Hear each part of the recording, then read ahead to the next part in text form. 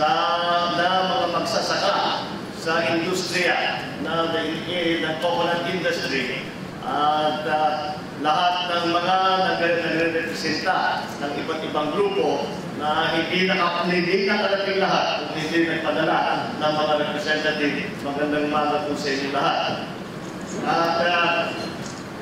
At unang-una, nagpapasalamat ako sa inyo sa inyong pagkumbida sa akin na makilahok dito sa inyong usapan ang Bulgaya tungkol nga sa mga nangyayari dito sa industriya na sa lagay natin, palagay ko, nakikita natin na ilang taon na, 30 taon lang natutulog at hindi kinikilala bilang pag-asa ng malaking sektor ng ating bansa.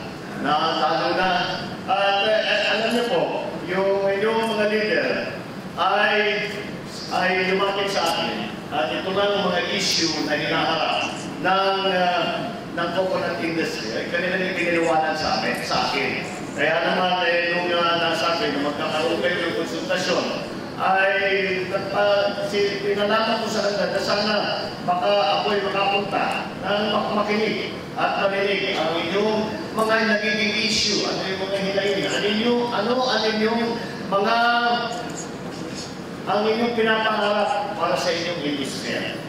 Unang-una ay pinaalala sa akin dahil naalala ko ako'y noong 1981, ako'y vice governor na at napapalibalitaan ko na kung ano ang mga plano tungkol sa coconut industry. Ngunit ito mga plano na ito ay hindi natuloy. Dahil nga, nung nagbagong pamahalaan, noong 1986, ay nakita natin ay parang hindi kinikilala at hindi nakikita ang isang napakalaking pagkakataon para pagandahin ang industriya, para patibayin ang sektor ng agrikultura ng ating bansa. Hindi lamang para magkaroon ng isang magandang produkto na pwede natin ipaglaban sa lahat ng merkado sa Pilipinas, kung hindi para maging leader sa buong mundo. Dahil may potensyal ang Pilipinas na maging world leader sa coconut production at sa production ng mga produkto na nagagaling sa coconut. Kaya naman para tayong binigyan ng biyaya, para tayong binibigyan ng Panginoon at binigay sa atin dito sa Pilipinas ang pagkakataon, lahat ng kondisyon sa lupa, sa weather, sa lahat, sa panahon, sa lahat ay napakaganda para mag-alaga, para magtanim at mag-ani ng coconut. Ngunit hindi natin pinagsamantalaan, hindi natin nagamit ang pagkakataon, hindi man kinilala na may potensyal na ganyan. Kaya napakasaya. Kaya nabanggit kanina, sa lahat ng produkto na agrikultura lalo, lahat ng commodities na nagagaling sa Pilipinas, tayo ay maliit lamang na bahagi sa merkado, sa international market. Kaya naman, ang tawag sa atin ay price taker. Ano ibig sabihin ng price taker? Kung ano ang presyo na dinidikta ng merkado, wala tayong magagawa, kailangan natin tanggapin yung presyo yun. Ngunit, kapag ang isang bansa, ang isang bayan ay napakadami at napakadominante sa isang merkado, ay pwedeng magdikta ng presyo. Halimbawa, kung ikaw ang nagpo-produce ng 70% ng coconut and coconut products sa buong mundo, eh masasabi mo, hindi, ito ang presyo natin, ito ang gusto namin presyo.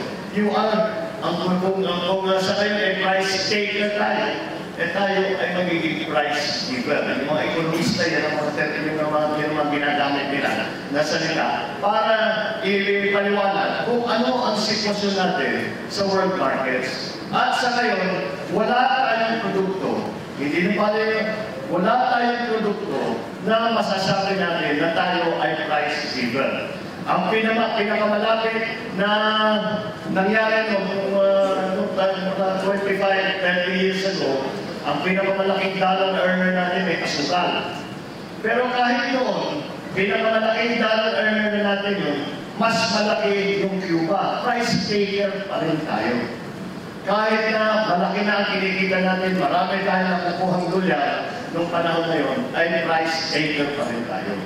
May pagkakataon tayo sa coconut industry na maging price giver to dominate the world market when it comes to coconut and coconut products. Kaya importante na kilalanin natin na maging polisiya ng pamahalaan na i-develop ang coconut industry.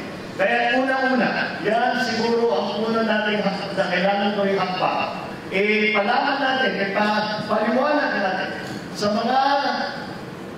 mga economic managers, hindi lamang yung ating mga agricultural economic managers, kundi economic managers ng buong Pilipinas, paliwanag natin na meron tayong pagkakataon. Meron tayong biyaya na galing sa Diyos na dapat natin gamitin para tulungan ang ating mga kababayan. Hindi lang naman ito para sa coconut farmers. Kasi kung ma-develop ng gusto ang coconut industry, maliwanag na maliwanag, ay mararamdaman hindi lamang ninyo, kayong mga nagtsaga at nag-alaga ng inyong mga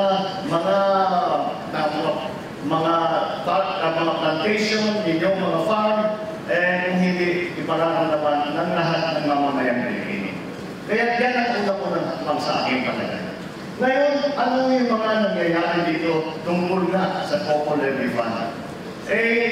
Meron akong konting informasyon tungkol dyan. Ngunit palagay ko yung informasyon na nakuha ko ay luma na. Dahil hindi ko naman alaman na ganyan na pala kalalaki ang pondo. Kaya naman pag pinag-uusapan, 80 billion, 90 billion, hindi tayo nagtataka, pinag-iigilasan na kung sino-sino. Dahil ang gusto mong gawin, kontrolin ang malalaking pondo na yan. Dadalhin nga sa Treasury. At Treasury, tinatawag ang General Fund yan eh. Yun ang General Fund yan. Akin na hindi sinasabi, basta yung pondong yan, yung perang yan, yung nasa General Fund, nasa Treasury, ay sinasabi, sa kahit saan pwedeng gamitin yan. Kahit saan i-appropriate pwedeng gamitin yan. Ngunit, hindi naman tama yun. Dahil ang pondong yan ay binuo at pinalaki para sa kapakanan ng ating mga magsasaka, ang ating mga coconut farmers. Kaya, napakaganda resulta ng Supreme Court na kinilala nila na kahit ang pamahalaan, ang meme, trust is an owner, pero owner in trust. Ano ibig sabihin yun? Hindi, pag ako ay owner in trust ng isang pondo, hindi ibig sabihin, pwede ko kukunan ng pondo yan at gagamitin ko sa kagustuhan ko. Kailangan kung kanino may trust, ibig sabihin bakit trust? Dahil ito ay ibig sabihin, hinahawakan ko lang ito para sa mga coconut farmer, hindi para sa sarili ko, hindi para sa gobyerno, hindi para maglagay na hindi magpatayo ng malaking building, hindi para ito para maidadalhin dahil dadalhin sa iba't ibang project. Ito lamang ay hinahawakan ng gobyerno para lamang gamitin para sa kapakanan, pagtulong, pag-develop sa industriya. Kaya napakahalaga yung desisyon na yan na nakuha ng inyong mga leader na nakuha ng industriya. Kaya ito ay sisimula, ito ang una natin kailangan gawin. Kailangan ipagtanggol ang pondo na yan. Dahil nakikita na natin dahan-dahan kung hindi talaga pantayan at kung masusunod ang mga kagustuhan ng ating mga ibang secretary, mga executive, pag nasunod ang kagustuhan nila, ay mawawala sa pera niya saan mapupunta. At hindi naman masasabi, hindi papakinabangan ng ating mga coconut farmer. Kaya, iyan muna ang ating bigyang pansin. At iyakin natin yung mga pinapala na kung sino-sino na matataas na opisyal sa gobyerno na ito ay magiging prime sino, hindi natin pwedeng pabayaan yan. Kaya ipagtanggol natin na mabuti ang ginagawa ng inyong mga leader ay talagang kahanahana at ay ito natigil nila at natapanan nila at palagay ko dahil sa tama naman talaga ang kanilang ikinalaban ay pati Supreme Court ay kinilala na talagang dapat ganyan ang paghawak at dapat ganyan ang pondo na coconut refund ay para dyan sa mga bagay-bagay na yan. Ang susunod dyan, kakapag na natiyak na natin. Dahil may kumpiyansa na tayo na hindi naman makukuha, hindi naman mababawasan, hindi naman malulusaw yung coconut levy fund. At ito ay nahawakan na. Paano ngayon ang gagawin dyan sa pondong yan? Kaya dapat pag-usapan yung roadmap. Ang problema na gumagawa ng mga roadmap, yung mga naririnig natin roadmap, hindi naman sa inyo nagaling. Nanggaling sa ibang tao at hindi rin nalagay na naman sa coconut farmers. Kung saan naman lalagay. Yung mga iba na bumaporma na sila para tatanggap sila ng pera dahil sa coconut refund, wala namang kinalaman. Wala namang kinalaman itong mga grupong ito, itong mga organisasyon nito, itong mga ahensya nito. Wala namang kinalaman sa coconut refund. Wala namang kinalaman sa coconut industry. Yung lang, gusto nilang kunin yung pondo para gamitin para sa nagsariling agenda. Kaya yan ang dapat natin tingnan na mabuti. Itigil natin ang mga kanilang mga binabala pero ang kailangan dyan para maging maliwanag kung bakit tumututo tayo sa kanilang gustong gawin ay meron kasi balak na magandang gagawin sa pondo yan. Kaya kung may pag-usapan na roadmap, hindi maaaring tanggapin ng kahit sino ang roadmap na ibinigay ng isang grupo, isang tao na galing sa labas ng industriya. Kailangan ang roadmap ay manggaling sa mga magsasaka, ay kailangan magagaling sa mga farmers association, sa mga farmers group, sa mga farmer leaders. Dahil kayo nakakaalam kung paano kailangan. Kayo nakakaalam kung ano ang status, kung anong sitwasyon ngayon ng industriya. Kayo nakakaalam kung paano palakihin, pagandahin, at panaguhin ang industriya. At kailangan malaman natin. Kaya siguro, at pagka i-develop natin yung binigay sa atin, nabigyan ng sinasabi ni Kachani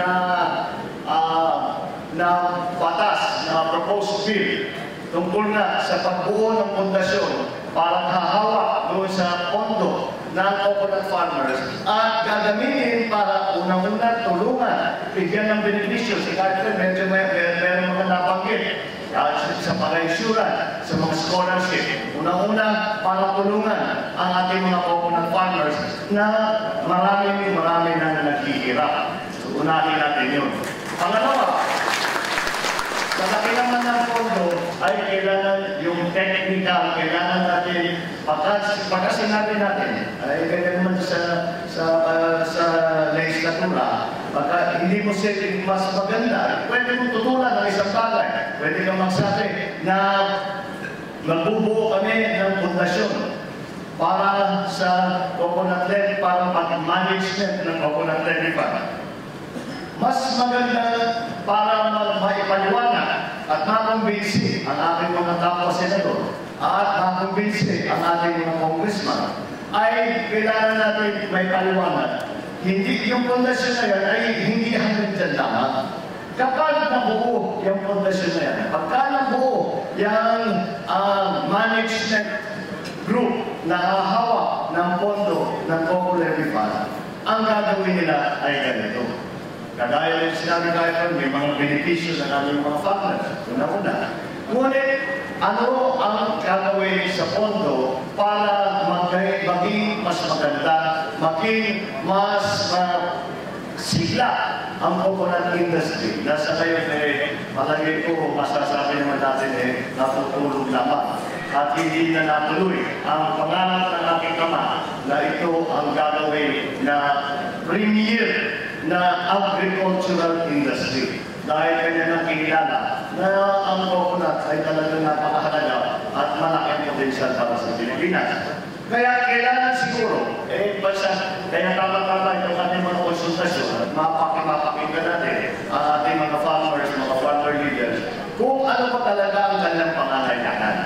Tapos, bukod pa doon, kailangan natin kausapin ang ating mga konsultant, mga managaling, yung mga scientists natin, mga dalubhasa, para sabihin sa paliwanag sa amin, ano ba ang pangangailangan ng industriya? Paano makakatulong ang bubuhin natin ng foundation? Paano ang magiging sistema? Ano ang timeline? Sino kaya ang mga marunong at maaaring magkatiwalaan dito sa napaka-importante trabaho na ito? Lahat yan ay mga detalye. Ngunit, mas madaling ipaliwanag at mas madaling makumbinsi ang mga congressman at saka mga senador kapag ating naipapakita na hindi lang basta gusto namin magtayo ng pundasyon, gusto ko ako yung uupo, bumuno dyan, tapos na yung kwento. Hindi maaari yun. Kailangan na gawin natin, gusto namin magtayo ng pundasyon. Dahil ang nais namin, ang pundasyon na yun, ganito, ganito, ganito. Ilista natin kung ano yung gagawin, ano yung plano, detalyado na plano, para ipakita natin sa kanila. Hindi kami kagaya ng iba na inaagaw lang namin yung pondo para gamitin sa hindi na namin pinapaliwanag, basta sa gamitin lang namin, bahala na kayo na. Kailangan nila, papakita natin na maliwanag na ito ay sa kabutihan at sa pagtulong at sa pagbibigay benepisyo sa ating mga farmer. Pangalawa, ito ay para ma-develop ang industriya. Para naman, yung ating panalangin na ang agricultural sector ng Pilipinas ay tumibay. Pwedeng maging premier product, agricultural product, ang coconut dito sa Pilipinas. Nasa atin na lahat. Napakaganda ng ating kayo mga farmer. Alam na ninyo, kailangan ninyo gawin. Pagka kayo ay nagtanim, pagka kayo nagputol, kayo nagtanim, pag-ani, alam na ninyo lahat ang gagawin. Ngunit kailangan lagyan din ng framework group, lahat ng yung pagsuporta, yung mga processing center, yung pati yung mga marketing, pati yung mga market research, pati yung R&D, tungkol sa ating mga variety na ginagamit. Yung R&D, paano gamitin ang maganda sa coconut, kaya yung lahat na gagamit walang itinatapon. Paano ang pinakamagandang pag-proseso niya? Yan lahat ay kailangan natin i-detalye para maipakita sa hindi naman sa ating mga legislator, kung hindi pati sa ating buong bansa na ito, maganda ito, may pag-asa ito, tumulong kayo dito at mararamdaman natin lahat ang kabutihan at ang progreso dahil dito sa ating pinalaki at pinaganda ng industriya. So, marami pa tayo, maraming malaking bagay na yung pondo ng ating mga coconut farmers at sa ating coconut industry. Mabuti naman at kahit na yung mga iba dyan na pinag-iingirisan na dahil na naman bilyon-bilyon na pinag-usapan, nakikil, at least naharap. Kahit sinasabi natin temporary, maganda dyan sa yung mga ibang pag-RTC yan, 30 days lang yan, 60 days lang yan. Sa Supreme Court, walang schedule. Kahit ang Supreme Court, kahit hanggang matagal, hindi nila kailangan desisyon yung tiyago kung ayaw nila. Kaya kailangan tuloy-tuloy at ating pagpaalala sa Supreme Court na mayroong problemang ganito at hindi dapat payagan at hindi dapat mabayaan na mawagas na itong pinagtsagaan at pinaghirapan at pinagpawisan na coconut fund na kaya naman itinayo yan ay para sa kapakanan at kabutihan at pagtulong sa ating mga coconut farmers. So, yan ang ating hinaharap. Yan ang hinaharap natin na yan ang mga hinaharap natin na kailangan gawin.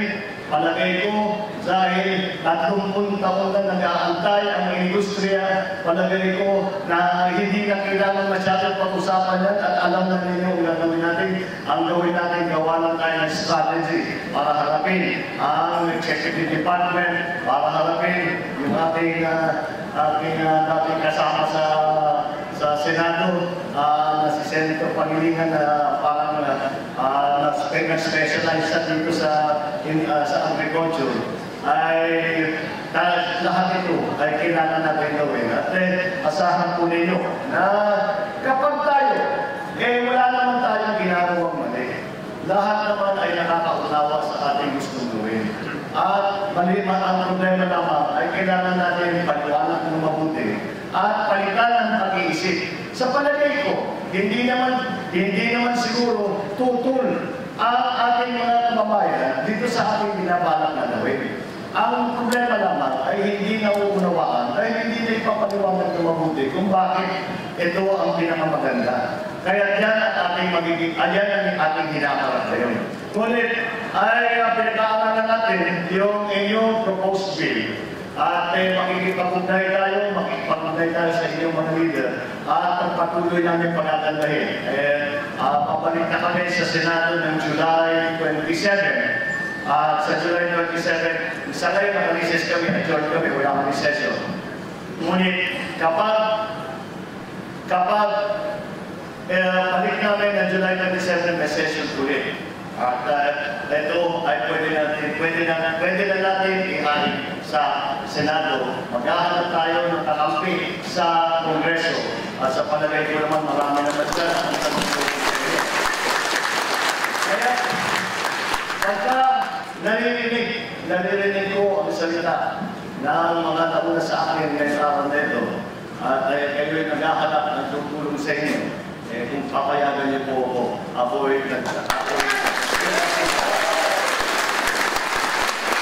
papayagan po ninyo ako'y nagkikisisa sa inyo na ipagpatuloy natin ang ating naging layunin na pagandahin at palakihin ang coconut industry. At ito na hindi kinikilala, ipagpatuloy natin yung pagtrabaho para na maging mas magandang industriya, para matulungan ang ating mga farmers, para naman hindi mawaldas ang pinagpawisan at pinagsakripisyohan ninyo na pondo. Yan po ang aking ipaglalaban para sa iyo. Yan po ang aking gagawin.